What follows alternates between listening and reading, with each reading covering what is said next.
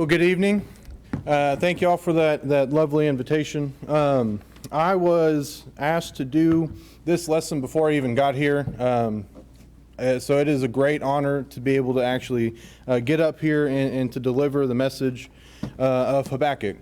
Habakkuk, very interesting, very different type of book to look into when you look at the other minor prophets. The other minor prophets, if you go through them, which we've gone through them, they're more of a narrative, and they have a sprinkling of prayers or prophecies. But Habakkuk doesn't really have a narrative in it. It's more of a conversation between the prophet Habakkuk and God. The conversation, the prayer that he is going to God and asking him about the situation. It is a book, and the prophet is questioning God about a difficult subject. The land of Judah, at this time, the kingdom has already been split. The northern tribes have already been taken into Assyrian captivity, and Judah has been falling deeper and deeper into sin. And when we get into the book, you'll see exactly how far they go. The Habakkuk is struggling with the situation they're in because he's looking at the land around them and the sin that they are in and asking God, why are you letting this happen? And we'll get more into that here in a little bit. Just keep that in the back of your mind. He is questioning God, how are you letting this happen? Another book, Job. Job is a great book to study. He also questions God, how are you letting this happen? He was righteous before God, and all these terrible things were happening to him. And God gives him an answer, sort of. It's not the answer he was looking for, but he answers him in the book of Job. God also answers Habakkuk in this book and why these things are about to happen. This book was written before Babylonian captivity, probably around the year 612 to 610. And if we go back to Exodus and we look at when the law was given, there were two mountains. One mountain was a mountain of blessings, and the other one was a mountain of curses. If they followed God, they were going to receive those blessings, and if they did not, they would receive the curses. Israel, the northern tribes, were an example of not following God and receiving those curses, and they should have realized that and turned back to God. But as time goes on, they forgot God. They forgot His law, and this situation pops up. As we go through the book, also think about today and the situations we're in, and we'll get to that here at the end. There are a couple different ways we can break down the book of Habakkuk. It was kind of a struggle for me trying to figure out which would be the best way to introduce the book as a whole in 45 minutes. So we'll try to go through it. It's only 3 chapters, but last week we had 4 and only made 3. So we'll see how it goes. Chapter 1, we'll break it down this way, 3 points, 3 chapters. Chapter 1 is going to be the wondering prophet. The prophet is going to wonder why God is allowing this to happen, wondering why He is letting judgment and justice go unpunished. Chapter 2 is going to be the watching prophet. God is going to answer Habakkuk, and he has to sit there and watch and listen. And then chapter 3 is going to be the worshiping prophet. Habakkuk is going to hear and listen God's message, and he's going to worship Him for His answer. And as we go through the answer, it's going to be very difficult for Habakkuk to accept this. We're going to go back to chapter 1, and we're going to start in the first 4 verses. Chapter 1, verses 1 through 4, is going to be the start of Habakkuk's prayer. It's going to be his first complaint. Chapter 1, verses 1 through 4, Habakkuk's first complaint. The burden which the prophet Habakkuk saw. Habakkuk wrote it. It says it right here. Verse 2, O Lord, how long shall I cry, and you will not hear? Even cry out to you violence, and you will not save. Why do you show me iniquity and cause me to see trouble? For plundering and violence are before me. There is strife and contention arises. Therefore the law is powerless. and justice never goes forth. For the wicked surround the righteous, therefore perverse judgment proceeds. Habakkuk is living in a time where violence and sin is running rampant, where it seems like the world around him is swallowing him whole with their wickedness. The law is powerless, he says. When we go back up to verse 1 and we look at Habakkuk and what his name means, it's going to be very interesting as we go through and see what his name and how he's able to fulfill his name. Habakkuk means to embrace. Not so much as a hug, but to accept, to embrace the reality of what is happening. When we go in and we look at the first 4 verses, he's not accepting and he's not embracing the sin around him, but he's going to accept and embrace what God has to offer. He asks this question, "O Lord, how long shall I cry, and you will not hear?" How long is Habakkuk going to sit here and pray and cry out to God and explain to him that there is violence in the world? What about us today? How often do we go to God and wonder, why is there so much violence in the world? How often do we go to God and do we pray, "Why do you not hear me?" Does it sometimes feel like God is not answering our prayers? Habakkuk thought so. Job thought so. It's not uncommon. But God doesn't answer on our time. Sometimes it's a yes, sometimes it's a no. Sometimes it's a not right now. How long shall I cry? And he's crying out that there's violence and there's iniquity in the world. That Judah itself, the people of God, were being troublesome, plundering, stealing from their own people, having violence, having strife and contention between each other. The law of Moses was supposed to be their ground and their rock and their justice system. But what does he say is happening? The law is powerless. The wicked have overtaken, and the law is no longer in effect. They have no care whatsoever for the law. Justice never goes forth. The leaders of Judah are perversing justice. The wicked are surrounding the righteous, and judgment does not proceed. The world around them, Judah itself, is falling into chaos, and Habakkuk is wondering, why, God, are you letting this happen? You think about the world today, it's happened ever since Genesis chapter 3. Ever since sin entered the world, it looks like it's been falling into chaos, and it has been. The devil has had dominion and rule over this world because humans have allowed it. We have subjected ourselves to his will. For centuries, the world has been falling into chaos, and we can see it here happening in Judah. We can see it happening today. And the righteous seem like they're falling into nothing, that the wicked are surrounding them, and they're going to be overtaken. Jeremiah 20, verse 7 through 9, "O Lord, you induced me, and I was persuaded. You are strong. You are stronger than I, and I have prevailed. I am in derision daily. Everyone mocks me. For when I spoke, I cried out. I shouted violence and plunder, because the word of the Lord was made to me a reproach and a derision daily. Then I said, I will make mention of him. I will not make mention of him, nor speak any more of his name. But his word was in my heart, like a burning fire shut up in my bones. I was weary of holding it back, and I could not." The people around them in Habakkuk's day and Jeremiah's day were so wicked that they didn't want to have anything to do with God. They didn't want to hear about him. They didn't want to follow his will. And we can see that today for sure. Not only Habakkuk and not only Jeremiah, but we too also sometimes cry out violence. Why is the world falling into violence? We can see other people crying out like Job, Jeremiah, but also in the book of Revelation.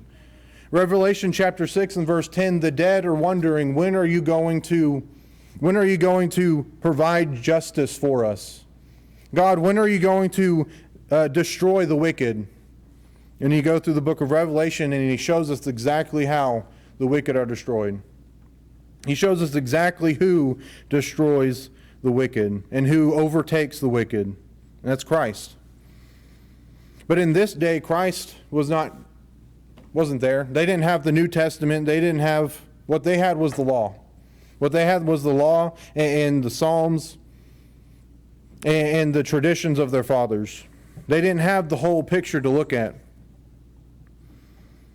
Habakkuk was accusing God and looking at it this way, that he wasn't being listened to. The righteous aren't being listened to, and that God's people are crying out and God's not listening. We go over to Genesis chapter 4 and verse 10, and what does it say there? And he said, "What have you done? The violence of your brother's blood cries out to me from the ground." We can say all we want that God's not listening, but God hears. God knows. From the very beginning, when Cain killed Abel, God knows the violence that's happening in this world, and he has a plan for it. He had a plan for them, and he's about to describe it to Habakkuk, and he's not going to like it. Us today, doesn't God already have a plan for the wicked? Don't we have the full revelation of God to tell us what is about to happen to the wicked? When we think that God is not listening, go to Genesis chapter 4. Go to Habakkuk and look and see that God does listen. Habakkuk was wondering if God was listening and if he was going to allow this perverse judgment to proceed in this world, and God's going to answer him. God's going to answer him in verses 5 through 11. This is God's first response. Habakkuk asks, "Are you going to let this happen?" And what does God say? "Look among the nations and watch. Be utterly astounded, for I will work a work in your days which you would not believe, though it were told to you."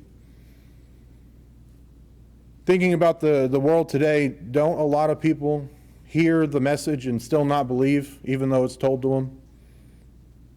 Can't they read the entire revelation that God has given us and still not believe? God himself is going to tell Habakkuk what's about to happen, and he still is not going to believe it. He still doesn't want to believe it. Verse 6, "For indeed I am raising up the Chaldeans, a bitter and hasty nation, which marches through the breadth of the earth, to possess dwelling places that are not theirs. They are terrible and dreadful. Their judgment and their dignity proceed from themselves. Their horses also are swifter than leopards, and more fierce than evening wolves. Their chargers charge ahead. Their cavalry comes from afar. They fly as the eagle that hastens to eat." Looking at the descriptions of the Chaldeans, these people are the worst of the worst at this time. They've been taking over nations, and they have been devouring them like lions. They have been devouring them like evening wolves. The description given to the Chaldeans is something very terrifying. To them and to them especially, because they're right at their doorstep. This is only about 4, 5, 6 years before Babylon invades Judah. This is only a few years. This is as the Chaldeans are rising up and they can see the destruction in the world happening around them.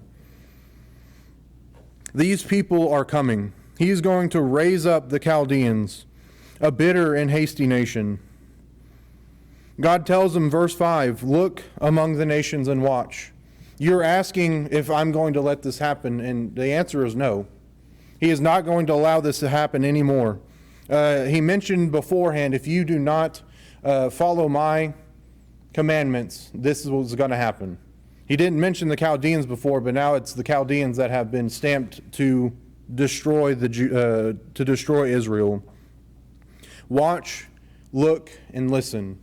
Pay attention and be utterly astounded. God is telling him exactly what's about to happen. this reply that he gives them is so unbelievable that he's going to have another complaint here in a minute. Looking at the Chaldeans, they are terrible and dreadful. Their judgment and their dignity proceed from themselves. The pride that they had, that they thought that this was their doing. They were going throughout all the world, and they were marching through the breadth of the earth and possessing dwelling places they did not own. They thought this was of them. But God says he is doing it. He is allowing this nation to rise up to judge his people. Thinking about Judah, were they sinless? Obviously not, because we have verses 1 through 4. The violence proceeds and the law is powerless. But if you go through the Old Testament and you look at what was happening, they were doing worse things than the nations around them. They were doing worse things than the nations around them. You go to Ezekiel, the book of Ezekiel, and he mentions that. The nations are doing these bad things, but you are doing the exact same thing. Their pride, their greed. We get into chapter 2 and we see a bunch of woes. Those woes not only were about the Chaldeans, but they themselves were doing them. God is raising up the Chaldeans to judge his people. And we go into verse 9. They all come for violence. Their faces are set like the east wind. They gather captives like sand. They scoff at kings, and princes are scorned by them. They deride every stronghold, for they heap up earthen mounds and seize it. Then his mind changes, and then his mind changes, and he transgresses. He commits offenses, ascribing this power to his God. They were doing all these terrible things, and they were giving all the credit to their gods because they were the ones that were winning. That's usually what happened when the nation was winning, is that they would ascribe it to their God. The Babylonians were worshiping Baal, a pagan god who accepted child sacrifice. They thought that their growth as a nation was because of their gods. And we go into verse 12 through 17, and we can see Habakkuk's response to this. If you think about Judah, they were God's people. They were his people. And he says to Habakkuk, I'm going to send the Chaldeans to judge you. Habakkuk is in unbelief. Verse 12, are you not from everlasting? O Lord, my God, my Holy One, we shall not die. O Lord, you have appointed them for judgment. O Rock, you have marked them for correction. You are of purer eyes than to behold evil, and cannot look on wickedness. Why do you look on those who deal treacherously, and hold your tongue when the wicked devours a person more righteous than he? Why do you make men like fish of the sea, like crippling things that have no ruler over them?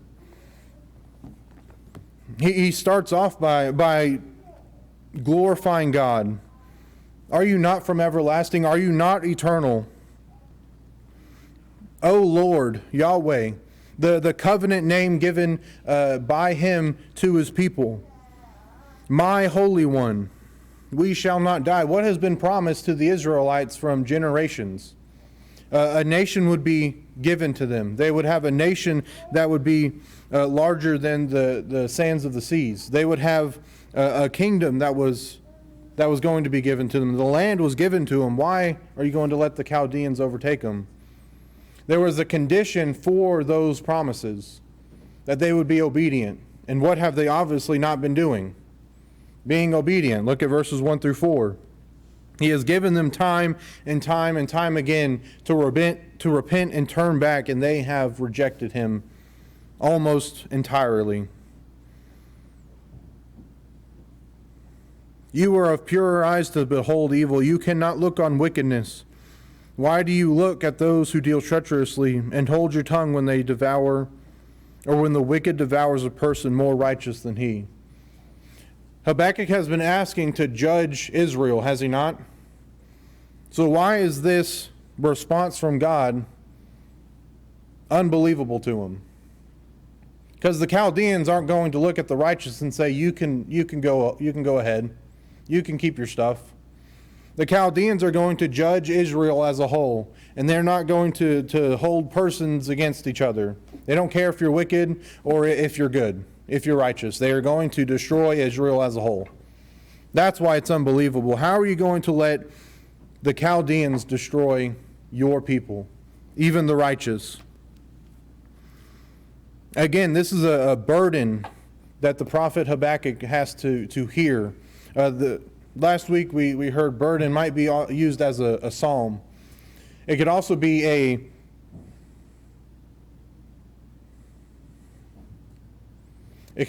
oracle or a prophecy. A burden that Habakkuk has to give to the people. Habakkuk is hearing what's about to happen to Israel, and later on in the book he has to write it down and give it to the people. This burden, this prophecy, this oracle is a burden that he is going to have to bear. This burden that the Chaldeans are going to come and destroy his chosen people is something that he has to watch and look and witness, and that he has to give to Israel.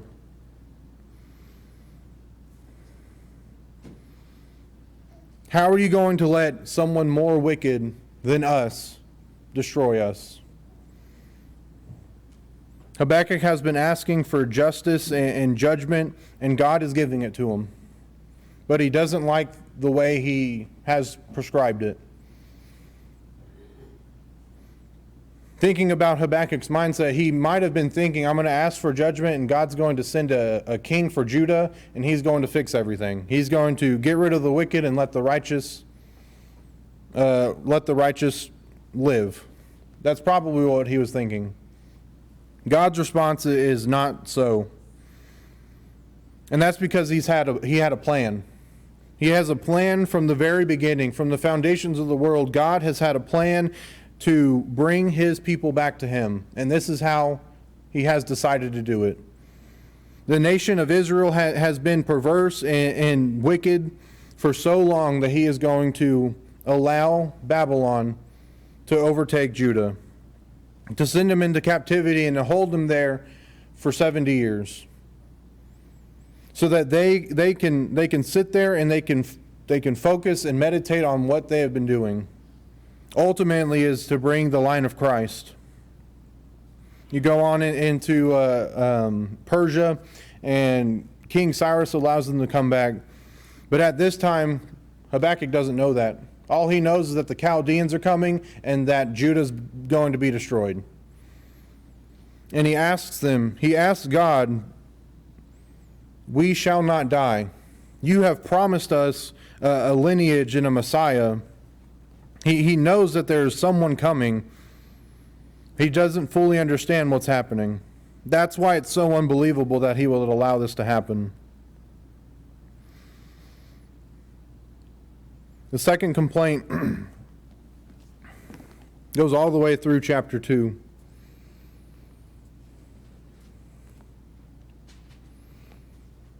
We were at verse 14. Why do you make men like fish of the sea, like creeping things that have no ruler over them? They take up all of them with a hook. They catch them in their net and gather them in their dragnet. Therefore they rejoice and are glad.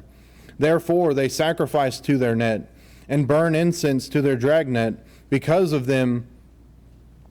by them their share is sumptuous, and their food plentiful. Shall they therefore empty their net and continue to slay nations without pity? Talking about Babylon and their idolatry that they worshipped in, Habakkuk is trying to plead with God and to let them know that his people, the righteous people, are still there, that they still have some righteousness in Israel. God answers him one more time in chapter 2. Verse 1 is a transition. Habakkuk is saying, where's judgment? Where is your judgment? Verses 1 through 4. God tells him exactly where it is and where it's coming from. He's asking, how are you going to let a nation more wicked than us devour us? In verse 1 of chapter 2, Habakkuk says, I will stand and watch and set myself on the rampart and watch to see what he will say to me and what I will answer when I'm corrected. A transition of unbelief and not wanting to believe what God has prescribed, but he knows who God is. God says, watch and listen, so Habakkuk's going to watch and listen. He's going to watch and look and see what God has to say. Shouldn't that be our attitude towards God as well? No matter what his answer is, shouldn't our response be, I will watch and I will see what I have to say after I'm corrected? God says in verse 2, Then the Lord answered me and said, Write the vision and make it plain on tablets, that he may run who reads it. For the vision is yet for an appointed time, but at the end it will speak and will not lie. Though it tarries, wait for it, because it will surely come. It will not tarry. Behold the proud. His soul is not upright in him, but the just shall live by his faith. Habakkuk is wondering how he's going to let the Chaldeans do this to him. And he says, I'm going to watch and I'm going to listen. God, here in chapter 2, says that his judgment is sure. His judgment is coming. God has prescribed it and it is going to happen. Write this vision so that whoever reads it will run. It is a terrible judgment that's about to happen. It's a terrible thing for Judah, but that's what they deserved. That's what they have been wanting. That's what Habakkuk has been wanting. It will not lie. It might tarry just a little, but it is coming. God's judgment is sure.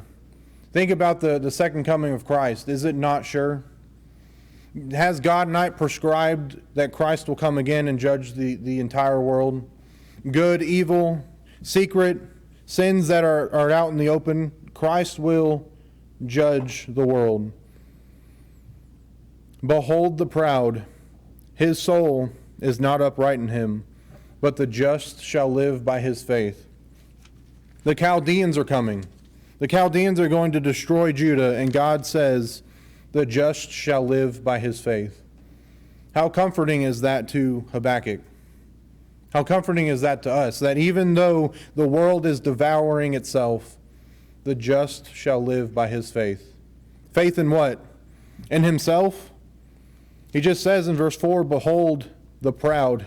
His soul is not upright in him. Verses 1 through 4, you see the wickedness in the world. It is not because of themselves. The Babylonians thought of it as themselves, that they were the one bringing judgment. That faith is in God, the one who is prescribing the judgment. The just shall live by his faith. You go into the book of Hebrews, and the writer there also uses that as the Jewish Christians were trying to turn back to the old law, trying to turn back and not wanting to be persecuted by anybody, by the Jews. They wanted to turn back and to be safe and to be comforted. And the writer there uses it to comfort them that if you live, the just will live by his faith. Faith in God. Verses 5 through 20 is talking about the fair judgment. Just because God is using the Chaldeans does not mean that he is approving of what they are doing. The Chaldeans are just as wicked as the Israelites. Indeed, because he transgresses by wine, he is a proud man.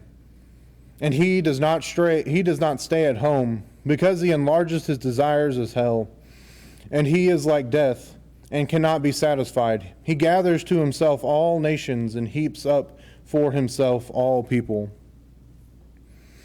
Will not all these take up a proverb against him, and a taunting riddle against him, and say, Woe to him who increases!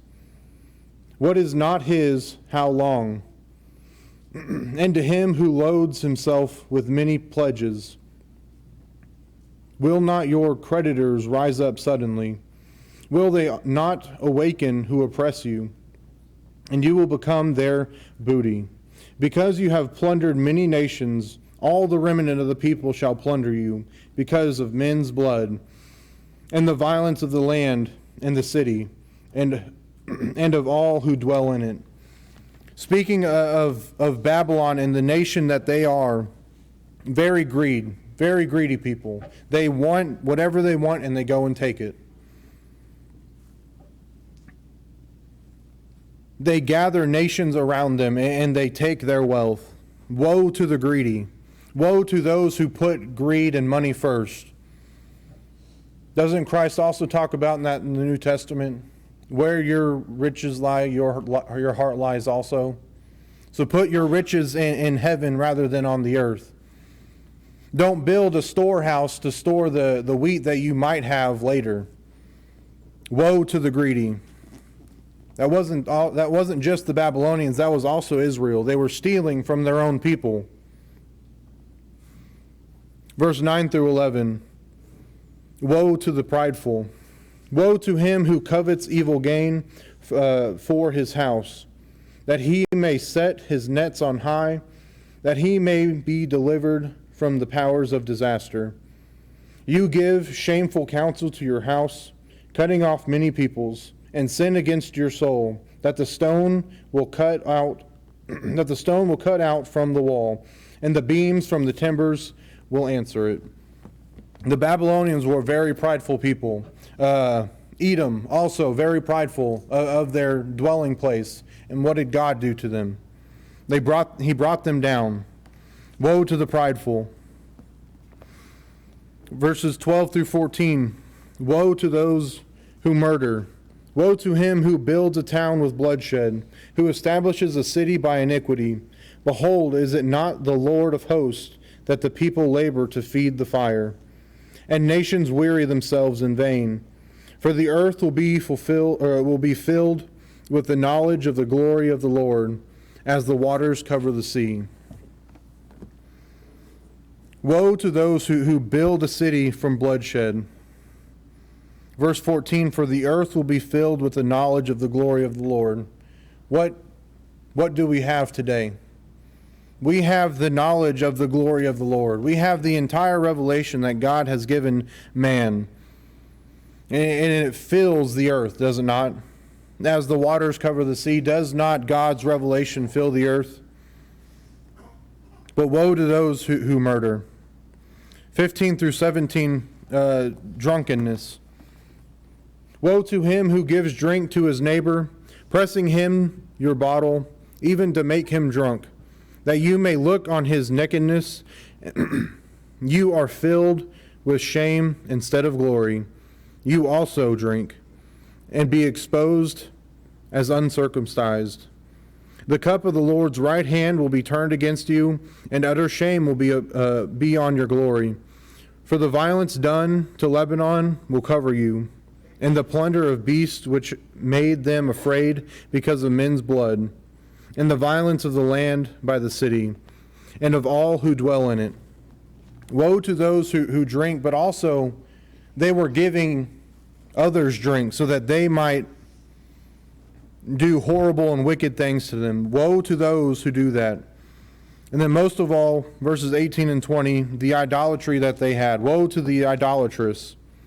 What profit is the image that its maker should carve it? The molden image, a teacher of lies, that the maker of its mold should trust in it, to make mute idols. Woe to him who says to wood, awake, to silent stone, arise, it shall teach. Behold, it is overlaid with gold and silver, yet in it there is no breath at all. But the Lord is in his holy temple. Let all the earth keep silence before him. How does God comfort Habakkuk? Pronouncing woe and judgment to the Chaldeans also. God told him to stand and to watch. And what does Habakkuk do? Stand and watch. Verse 20, but the Lord is in his holy temple. Let all the earth keep silence before him. He was questioning God, are you not listening? Are you not bringing judgment upon these people? Questioning God whether or not he's going to do it. In verse 20, he tells us, let all the earth keep silence before him. Let us trust and let us have faith that God is going to do what he says he's going to do. We get into chapter 3. After God has answered Habakkuk, after God has told him exactly what's going to happen, Habakkuk worships God for his answer. A prayer of Habakkuk the prophet. O Lord, I have heard your speech and was afraid. O Lord, revive your work in the midst of the years. In the midst of the years, make it known. In wrath, remember mercy. The judgment that God has prescribed is terrifying. It brings fear to Habakkuk. And he asks that God remembers mercy while he is doing his work. He asks that his works be revived. Remember mercy during your wrath. How has God remembered mercy in his wrath? Jesus Christ. Were we not all dead to sin? Did we not all earn death as a wage? Should we not all be judged as a sinner because we are? God has remembered mercy in his wrath by sending his Son, by sending Christ, and this has been his plan from the beginning. From the foundations of the world, he has brought his plan into action to bring his people back to him. As Habakkuk's worshiping, verses 1 through 16 is showing the terrifying judgment that's about to proceed. In wrath, remember mercy. Verse 3. God came from Taman, the Holy One from Mount Paran. His glory covers the heavens, and the earth was full of his praise. His brightness was like the light, and had rays flashing from his hand, and there his power was hidden. Before him went pestilence, and never followed at his feet. He stood and measured the earth. He took and startled the nation. He looked and startled the nations. And the everlasting mountains were scattered. The perpetual hills bowed. His ways are everlasting. I saw the tents of Cushan in affliction. The curtains of the land of Midian trembled. O Lord, were you displeased with the rivers? Was your anger against the rivers? Was your wrath against the sea? That you rode on your horses, your chariots of salvation. Your bow was made quite ready. Oaths were sworn over your arrows. The judgment that God is about to prescribe is a terrifying one. But he gives comfort in saying that the just will live by his faith. Habakkuk prays to God and says, and brings mention about the terrifying judgment. You divided the earth with rivers. The mountains saw you and trembled. The overflowing of the water passed by. The deep uttered its voices and lifted its hands on high. The sun and moon stood still in your habitation. At the light of your arrows they went, at the shining of your glittering spear. God created the earth with just the whole universe with just his voice. You marched through the land in indignation. You trampled the nations in anger. You went forth for salvation of your people, for salvation with your anointed. You struck the head from the house of the wicked by laying bare from foundation to neck. God has given them the land of Israel. He has trampled the wicked. He has done this before. Habakkuk is remembering what God has done for them.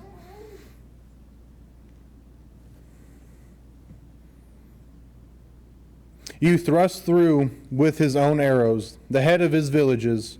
They come out like a whirlwind to scatter me. Their rejoicing was like feasting on the poor in secret. You walked through the sea with your horses, through the heap of great waters. When I heard, my body trembled. My lips quivered at the voice. Rottenness entered my bones, and I trembled in myself, that I might rest in the day of trouble. When he comes up to the people, he will invade them with his troop. Habakkuk understands that God is bringing judgment, and he wishes that he could die before they got there. But he still worships God. He goes into verses 17 through 19, and he describes God's judgment as righteous. Though the fig tree may not blossom, nor fruit be on the vines, though the labor of the olive may fail, and the fields yield no food, though the flock may be cut off from the fold, and there be no herd in the stalls, yet I will rejoice in the Lord. I will joy in God of my salvation. The Lord God is my strength. He will make my feet like deer's feet, and he will make me walk on the high hills. To the chief musician with my stringed instruments. Habakkuk is describing God's judgment as righteous. The terrifying judgment that is going to proceed from the Chaldeans to the people of Israel is a righteous judgment. Though all of these things may fail, the food may not be there, Habakkuk will rejoice in the Lord, and his joy is in God's salvation. Thinking about us today and the world around us, though judgment and wickedness may seem like it's devouring the righteous, thinking about Habakkuk and his prayer and the conversation he had, who do we need to rely on? Who do we need to look to when things seem bad and it looks like there's no food at all? We need to remember God. We need to remember that God has pronounced judgment on the world. It may look like God does not have a plan, but he has a plan. He has a plan in Christ. He has a plan in the church. When it looks like the world around us is full of sin, what are we doing about it? Are we not going out and teaching Christ? Has that not what God has prescribed his people to do? To show the world who God is? God had a plan for justice and judgment. He sent his people out to preach about Christ. Not only his first coming, but also his second coming and the judgment from the world. When we look at the book of Habakkuk and we see Habakkuk questioning God, we too might also question God, but in the end, what should our response be? Rejoicing in the Lord, for he is our salvation. Christ has come and has died for us. Christ was the answer to the wickedness, to the sin around us. Thinking about our lives today, do we trust in God's salvation? Do we trust in God's righteous judgment? If we don't, please come forward as we stand and as we sing.